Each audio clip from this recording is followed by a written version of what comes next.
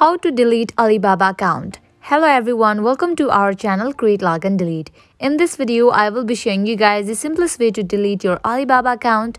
Now let's jump straight into the process. Open your Alibaba app. Here we go.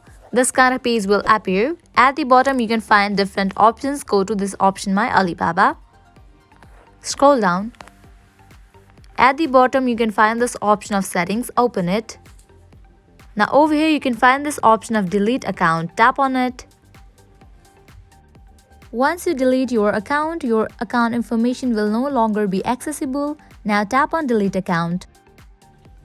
Swipe to the right. Tap on delete account again. After you tap on delete account, swipe to the left and you have to enter here delete. And wait for a few minutes and your account will be deleted. This is how you delete your Alibaba account.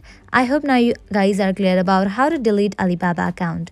At the end, if you find this video helpful, make sure to like, share and subscribe.